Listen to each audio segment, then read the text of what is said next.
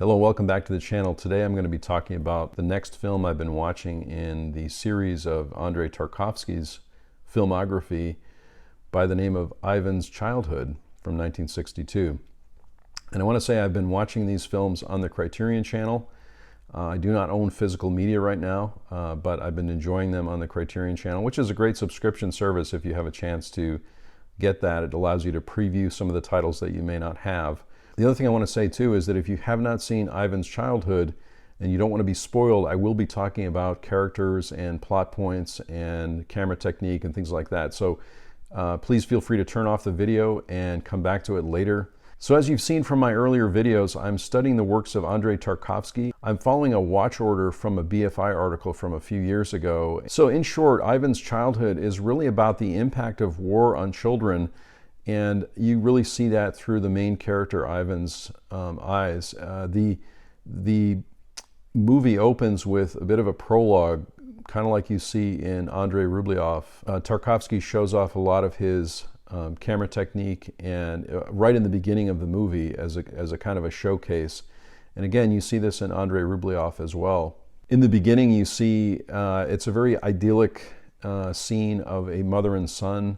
And there's a lot of nature elements in it. It's very dreamlike also, which you find out very soon that it's a dream.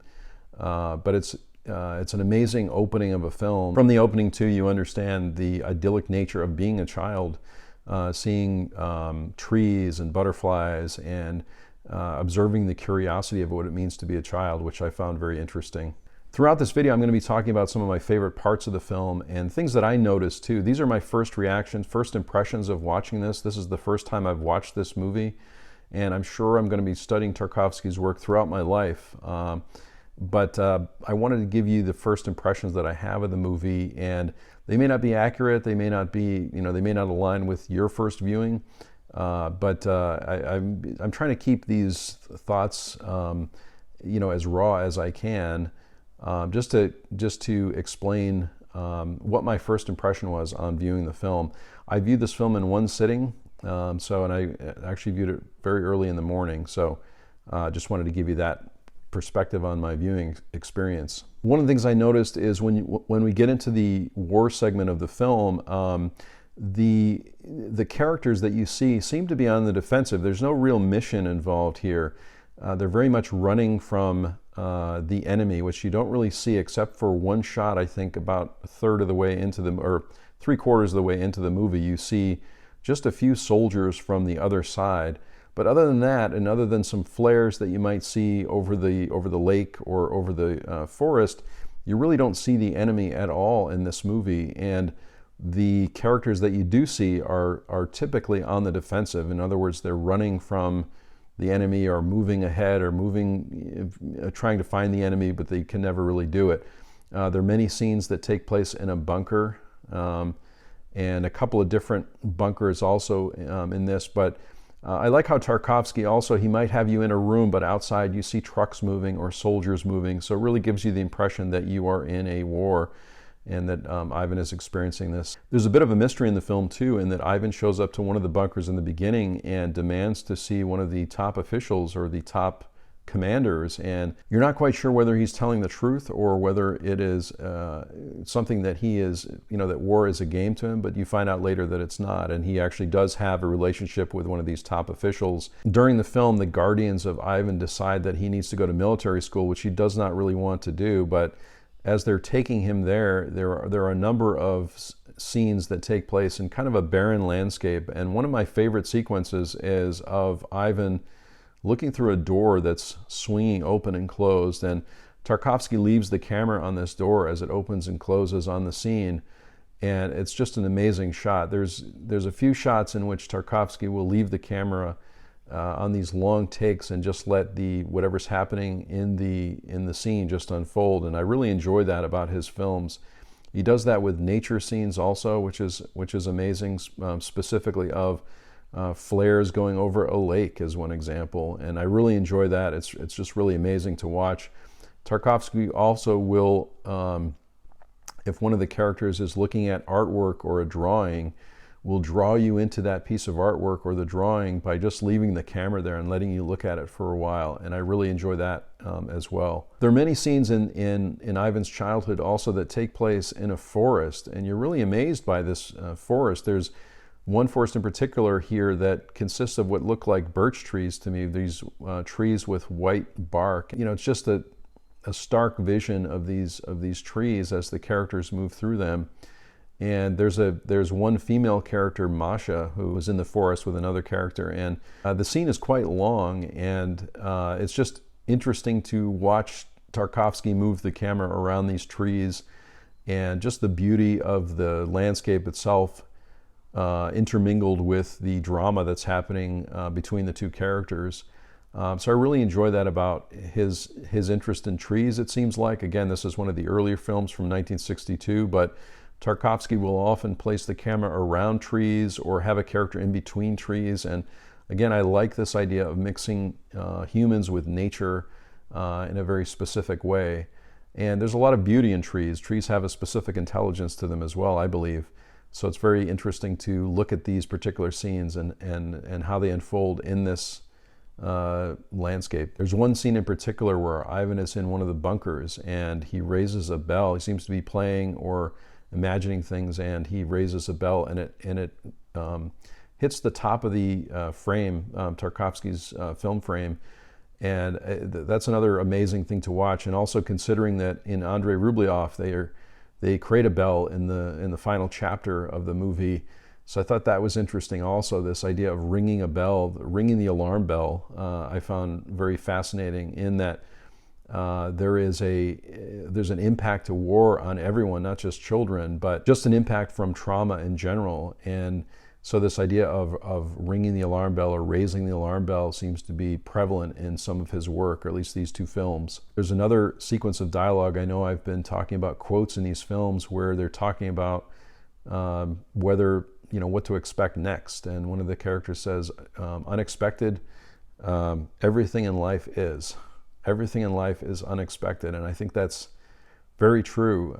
You might have an expectation that your life is going to go a certain way, and it goes a completely different way. And it may go in a good way, it may go in a bad way, it may be a little bit of both. But you really don't know what to expect as much as you might plan, or as much as you have an idea of how things will unfold. And again, I feel like this is a theme in Tarkovsky's work, in that there is so much we do not know about life and about living on this planet. And so I found that aspect also very interesting in one of these early films. There's also some long tracking shots. One of my favorite long tracking shots is Ivan is laying on his back looking at the ceiling, and he's reading messages that people have left on walls and ceilings. And I just like that, again, that Tarkovsky leaves the camera there for a while, and so you really get his point of view as to what he's doing. It really makes you feel like you're there, you're experiencing this.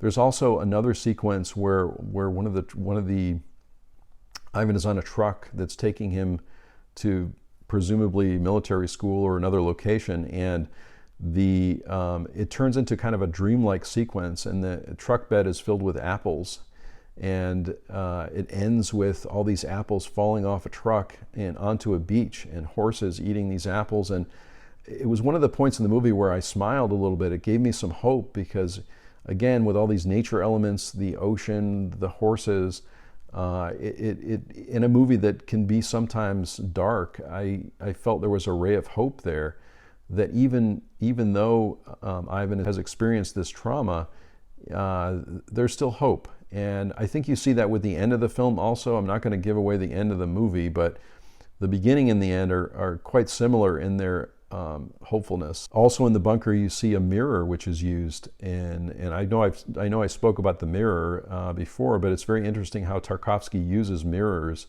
and has characters appear in a mirror. So again, you get this sense that you're not sure whether it's a dream or a hallucination or it's really happening. And I feel like that's true for life also. We're not really sure how much of it is a dream, how much of it we're really experiencing with our limited, senses. So I like that aspect of Tarkovsky's work also, where sometimes life feels like a dream, and sometimes it could be a nightmare also. Many times also, Tarkovsky will put the camera in a place that is behind a piece of wood, or you'll see a piece of wood in the foreground, or a wall. It's very interesting to note that some of the trees that were in the forest also were used in one of the bunkers where you see Masha for the first time. So he's taking these nature elements and showing how they get transformed into a bunker that's being used in war, which is very interesting. Also an amazing scene too, where the characters are coming up in a boat onto a beach, and you see a down plane that is nose down into the beach, and it's just an amazing image. So this movie is filled with these types of images and just amazing camera work by Tarkovsky. And I really enjoyed it. I think this is going to be one of my top Tarkovsky movies, again from 1962, one of his early films. When I finish watching these Tarkovsky films, I'm planning to do a wrap-up video, and I'll let you know what my favorites were. As you know, with favorites, sometimes they change over time, but I'll give you my first impression, my first list of, let's say, the top 3 that I have enjoyed over this time. So next up, I'm planning to watch Nostalgia, and this is again on the Criterion channel, and also Tarkovsky's short film, which I think is a little bit, it's 46 minutes, called The Steamroller and the Violin. So I'm going to watch those 2 films for the next video.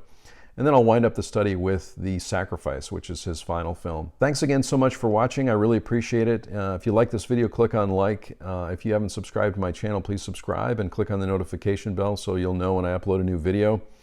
I'm planning to get back to some of the haul videos that I've been doing on this channel also, but I'm taking this time to really work through these films. I'm really enjoying this study. Many times, as I've said before, when you begin watching films, you're drawn to a filmmaker or a specific work of art. And I really feel drawn to these films by Tarkovsky, so I'm enjoying the study, going through these things. I have not watched them in chronological order, but I've been enjoying the order that I'm watching them in. So if you have any thoughts, please leave a comment below, a question, or anything else in the remaining films. If you think I should change the watch order, let me know also, but that's my order, and then I will do a wrap-up video after that.